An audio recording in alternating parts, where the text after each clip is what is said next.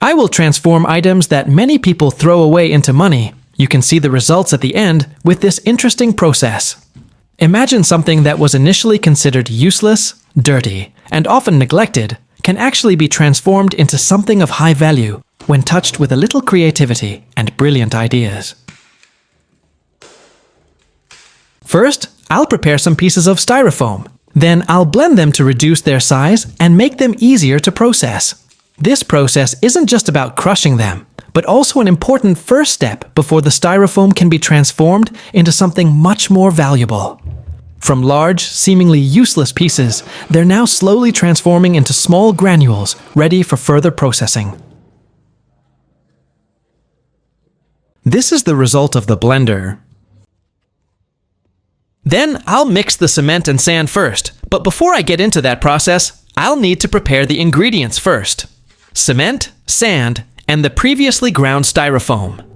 Each of these ingredients plays a crucial role. Cement acts as a strong binder, sand provides texture and rigidity, and styrofoam makes the mixture lighter, yet still solid.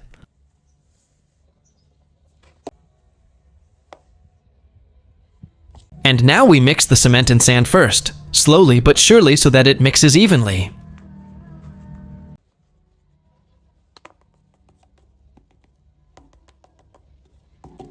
I first poured a little white glue into a plastic-capped bottle.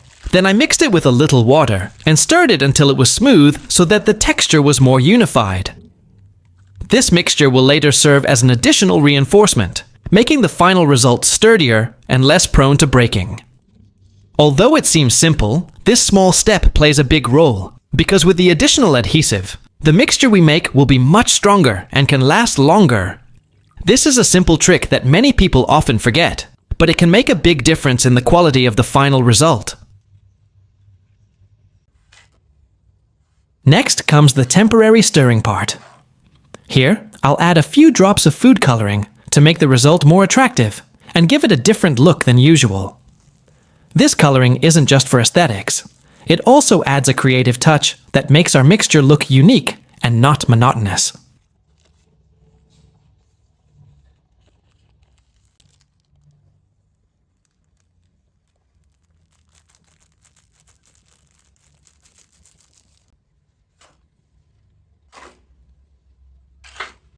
We stir it slowly first, while making sure the movements are small, so that the food coloring can be evenly distributed throughout the mixture. Then, I poured the glue I'd mixed with water into the mixture and stirred it again until it was thoroughly mixed. At this point, each part of the mixture began to bond more firmly because the adhesive had been thoroughly mixed. And this is where I'll pour in the styrofoam, the key ingredient that will make this mixture different from the usual. I add it little by little, but enough to spread evenly throughout the cement.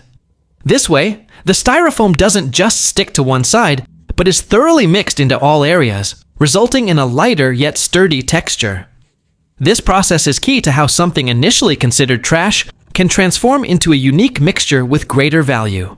And then I poured a little oil first on the molding floor. The goal is so that the mixture that we will pour later will not be sticky and will be easy to remove after it hardens.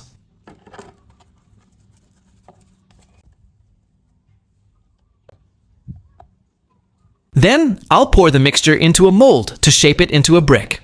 This is a crucial step because it's where our carefully mixed dough begins to take shape.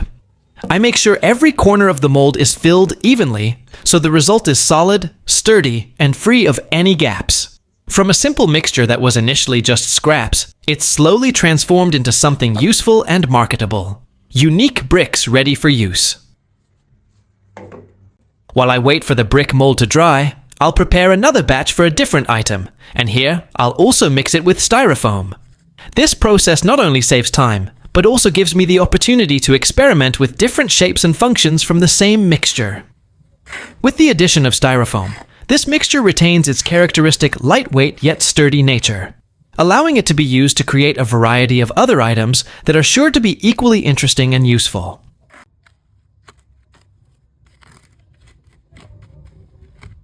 Before I added the styrofoam, I poured in white glue mixed with water to give the mixture a stronger bond. After that, I added as much styrofoam as I could, ensuring a balance between the strength of the cement and the lightness of the styrofoam. This way, the resulting mixture is not only lightweight but also sturdy and durable, making it a material that's ready to be molded to your needs with guaranteed quality. Anyone can actually make it, as the ingredients are easy to find, and the process is simple, but not everyone knows about this idea. That's precisely where its uniqueness lies. Something considered trivial can become a huge opportunity when we know how to process it. This simple idea can open new avenues for creating useful items and inspire many people to be more creative in utilizing something often considered trash. This concludes the preparation for the second item. This time, we'll be making the second mold, a concrete block. The process is nearly identical to the previous one, with a different shape and purpose. Using the materials we've prepared, the mixture will be poured into the concrete block mold to create a solid and neat shape. I will pour the cement mixture into the mold very tightly, completely and neatly, so that the resulting mold will be strong and not easily cracked. This method ensures that every part of the mold is completely filled without any empty spaces, resulting in stronger and higher quality bricks. This neat arrangement will also ensure a more precise final shape, so it's ready for use as intended without the need for further adjustments.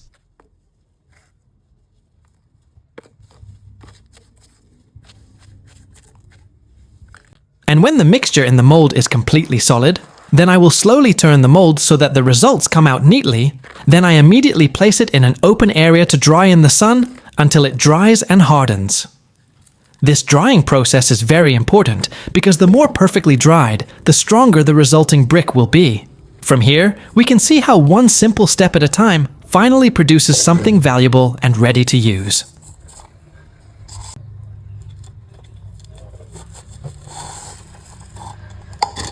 And once they're completely dry, I wet the molded bricks and concrete blocks to clean the surfaces and smooth the sides.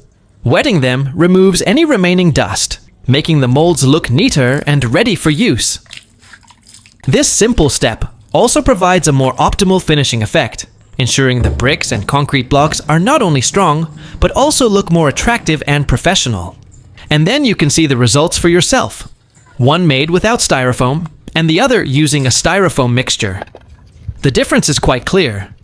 The one without styrofoam feels heavier and denser, while the one with styrofoam is much lighter, yet still sturdy. This is clear evidence of how simple materials, often considered waste, can have a big impact when used correctly. From this, we can learn that a little creativity can make a big difference in the final result. You see, both are equally strong. The difference is that the one without styrofoam is heavier, while the one with styrofoam is lighter. And now let's test the bricks. You can see for yourself how strong they are. They're truly dense, sturdy, and won't break easily. This is proof that this simple process can produce strong, usable quality. Amazing results, right?